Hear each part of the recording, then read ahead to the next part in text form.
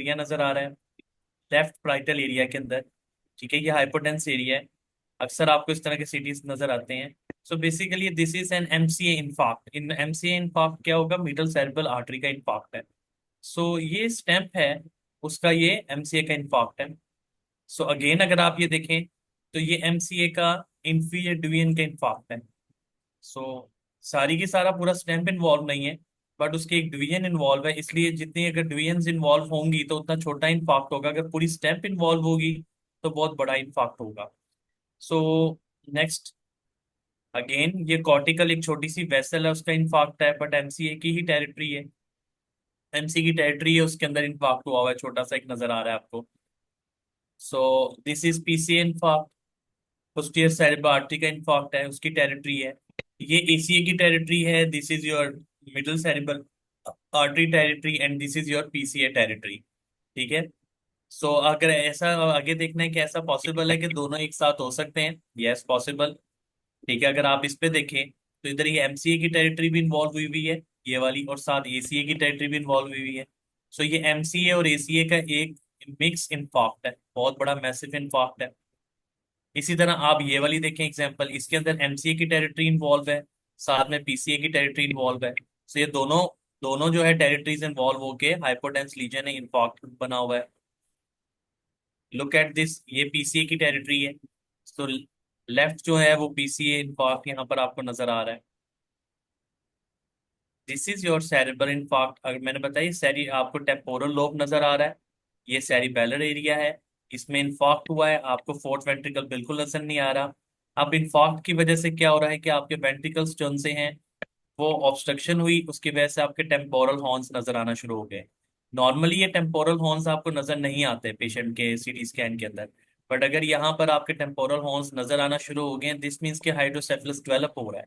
और हाइड्रोसेफलस के अंदर अर्जेंट इंटरवेंशन चाहिए होती है, वो चाहे आप ईवीडी करें, या ईवीडी होता है एक्सटर्नल वेंट्रिकुलर ड्रेन, या अपर वीपी शंटिंग करें। सो लाइफ सेविंग प्रोसीजर्स हैं ये। ठीक है, इसमें अब ये बेसल गैंग्लिया का infarct very common. Basal ganglia का जो है यहाँ पर ब्लीड और इन्फार्क्ट दोनों बहुत कॉमन होता है। अगर यहाँ पर कॉर्डेट आपका न्यूक्लियस होता है, थैलेमस होता है, लेंटिफॉर्म न्यूक्लियस होते हैं। तो ये बड़ा कॉमनली आपको मेडिसिन इमरजेंसीज के अंदर ये चीजें देखने को मिलती हैं। So this is basal ganglia infarct. So जब आपको ये वाली चीजें, आपको एरियाज का पता होगा तभी आप जो है आइडेंटिफाई कर सकते हैं। आज मैं अपनी ओपीडी के अंदर, मेरे ही कुलीग ने बोला कि हमने डायग्नोसिस लिखा हुआ है पैरावेंट्रिकुलर हेमरेज। सो इसके लिए बेहतर कौन सी ये टर्मिनोलॉजी यूज हो सकती थी, तो मैंने कहा बेसल गैंग्लिया हेमरेज।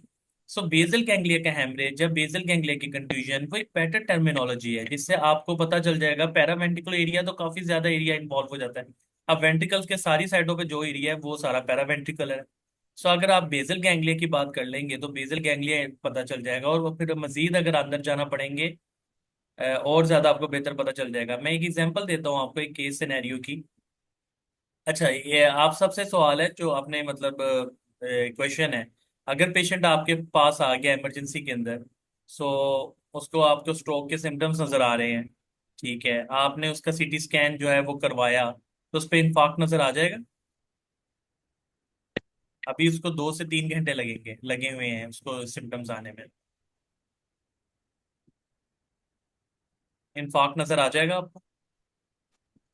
अस्सलाम वालेकुम, मेरा नाम डॉक्टर जावेद है। I would like to answer this कि इन्फार्क्ट जो होगा वो इनिशियली 6 to 24 आवर्स तक शो नहीं होता होता। इसलिए इनिशियली जब आप सीटी स्कैन करवाएंगे तो उसके ऊपर मोस्ट लाइकली आपको कुछ भी नहीं मिलेगा।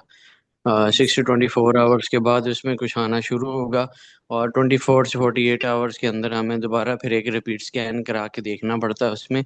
अगर हमें हमारा नहीं करवा पाते तो फिर वेरी हमें गुड। उसके अंदर कुछ सो अ, सो फिर हमने अगर सो अगर अगर इंफाक्ट नजर नहीं आता तो फिर हम करवाते क्यों हैं, ये हमने क्वेश्चन मेरे। जी हम्म, जी सॉरी जी सॉरी जी जी, बोले बोले। मैं ये कहना चाह रहा था कि इसमें इनिशियली हमने जो सिटी ब्रेन प्लेन करवाना होता है वो इसलिए करवाना होता है कि हम रूल आउट कर लें कि आया कि एक इस्केमिक स्ट्रोक है या फिर हेमरेजिक स्ट्रोक है। Excellent. Okay. This is the answer. जी ठीक है, सो हेमरेज को रूल आउट करने के लिए जो है वो आपने सीटी स्कैन करवाना होता है। सो आपकी बात बिल्कुल ठीक है डॉक्टर जावेद। कि 24 to 48 आवर्स के अंदर आपको इन्फार्क्ट नजर नहीं आएगा, ठीक है। और उसके लिए या तो आपको एमआरआई करवाना पड़ेगा वो, या फिर आपको 48 आवर्स के बाद एक रिपीट स्कैन करवाना होगा। Excellent answer. ठीक है, सो इसी तरह थैंक यू। आपको ये ब्रेन स्टेम का इन्फार्क्ट नजर आ रहा है, ये भी कोई 48 आवर्स के बाद ही हुआ है, तो ये बेहतर नजर आ रहा है।